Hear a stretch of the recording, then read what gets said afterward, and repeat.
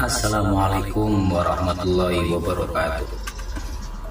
Saudaraku seiman seagama, kita pasti sudah tahu bahwa kematian adalah hak. Kematian pasti terjadi. Tak satupun orang yang akan lolos dari kematian tak ada. Semua pasti mati. Dan kita juga tahu akhir dari kehidupan kita bukanlah di dunia, tapi di akhirat. Kita juga sudah tahu di akhirat itu nikmatnya tiada terkira, tapi juga siksanya tidak terkira pedihnya. Namun mengapa kalau kita sudah tahu, mengapa kita harus selalu menomorsatukan dunia, sedangkan di dunia itu adalah hanya alat, sarana, dan tempat untuk mencari bekal menuju ke akhirat. Kita sering mengorbankan akhirat hanya demi dunia. Kita tinggalkan perintah agama, terlalu sibuk dengan dunia. Kalau kita mau berpikir, kita sebenarnya sudah zalim kepada diri kita sendiri, sudah menjerumuskan diri kita sendiri untuk menuju ke pedihnya akhirat, karena kita banyak meninggalkan ajaran agama. Dan memang tidak dipungkiri, kita semua memang manusia yang dilahirkan di fase keempat, di mana fase ini adalah orang Islam tidak memimpin dunia. Mengapa saya selalu bilang fase keempat? Apa sih sebenarnya fase keempat itu? Pengertiannya begini, umat Nabi Muhammad akan melewati beberapa fase. Lebih tepatnya ada 5 fase, dan kita sekarang ada di fase keempat. Kalau mungkin dari teman-teman yang sekolahnya di sanawiyah, di aliyah, pasti tahu bahwa dalam kehidupan umat Islam, umat Nabi Muhammad ada 5 fase. Saya sampaikan sedikit saja fase apa saja yang dilewati oleh umat Nabi Muhammad. Fase pertama adalah fase kenabian, yaitu an-nubuwah. Fase itu umat Islam dipimpin oleh Nabi Muhammad. Itu fase pertama sampai Nabi Muhammad wafat. Kemudian dilanjutkan dengan fase yang kedua, yaitu fase yang dipimpin oleh para sahabat. Fase itu juga sudah berakhir, kemudian menginjak ke fase ketiga, di fase mulkan adhon, di mana fase ketiga ini sangat lama ya.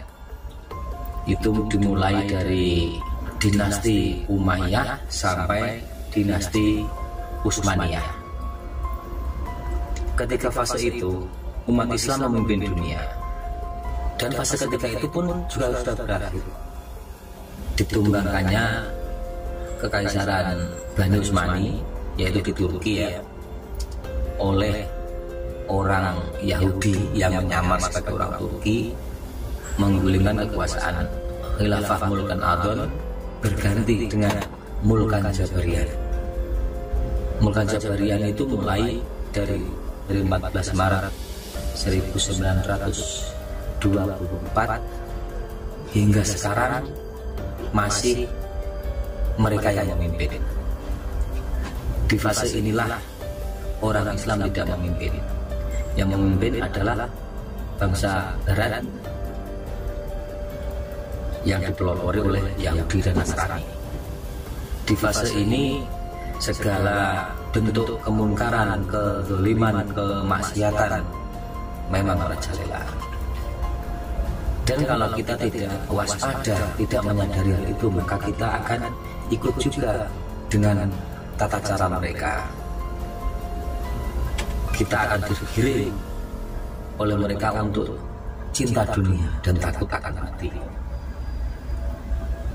Tentunya kita sudah tahu, sudah bisa melihat kehidupan kita semua, betapa kita dituntut untuk menggapai dunia hingga kita melupakan akan kematian. Segala cara kita tempuh untuk menggapai dunia, dan sudah tidak rahasia lagi kalau kita semua sangat banyak yang tidak peduli dengan akhirat, yang sebenarnya itu adalah tujuan kita yang sebenarnya. Di kehidupan kita ini, kita memang sudah di penghujung fase keempat, fase Mulkan Jabariyah. Kita sudah di penghujung fase ini, dan kita akan menuju ke fase yang terakhir, fase penutup, yaitu fase Khilafah Islamiyah ala minhajin nubuwah. Saya di sini tidak bicara politik, saya tidak bicara mengenai organisasi atau apa, tapi memang dari Islam kita akan menuju ke fase khilafah ala minhajin nubuwah. Kita sudah di penghujung fase Mulkan Jabariyah. Kita harusnya, kalau memang tahu, seharusnya kita harus memang benar-benar mempersiapkan diri dengan semua cobaan, dengan semua godaan, dengan semua tekanan dari fase ini. Kalau kita sampai terjebak dengan fase ini, kita mengikuti fase ini tanpa mengindahkan ajaran agama, maka kita sudah pasti di fase kelima kita jadi orang kafir. Kita akan menyembah Dajjal. Kita tahu fitnah terbesar sejak Nabi Adam diciptakan sampai hari akhir, fitnah terbesar adalah Dajjal. Dan saat ini, mulai dari fase Mulkan Jabariyah, kita akan digiring untuk menuju ke Dajjal. Kita digiring untuk menuju ke kekafiran. Kalau kita tidak menyadari, kita terlena dengan tipu daya mereka, niscaya kita akan ikut dalam jebakan mereka. Sedangkan kita sudah tahu, dengan kehidupan kita yang sekarang, ajaran agama sudah jauh dari kita. Orang yang memegang teguh ajarannya dicap tidak modern, dicap radikal, yang kadang-kadang kita pun juga mengamini itu. Ada orang yang memakai ajaran agamanya, yaitu dengan menutup aurat, kita menganggapnya sis. Kita tidak menganggapnya. Kita justru malah memilih orang yang suka mengumbar aurat. Mungkin penjelasan singkat dari saya cukup sampai di sini dulu. Kalau ada waktu panjang kita akan mengulasnya lebih detail lagi. Kalau perlu kita akan membuat streamlight supaya untuk kita bisa lebih paham lagi, bisa lebih hati-hati lagi, bisa lebih waspada lagi dalam menghadapi tipu daya fase keempat ini, yang lebih tepatnya tipu daya di penghujung fase keempat ini. Mohon maaf jika banyak kata yang salah dari saya. Assalamualaikum warahmatullahi wabarakatuh.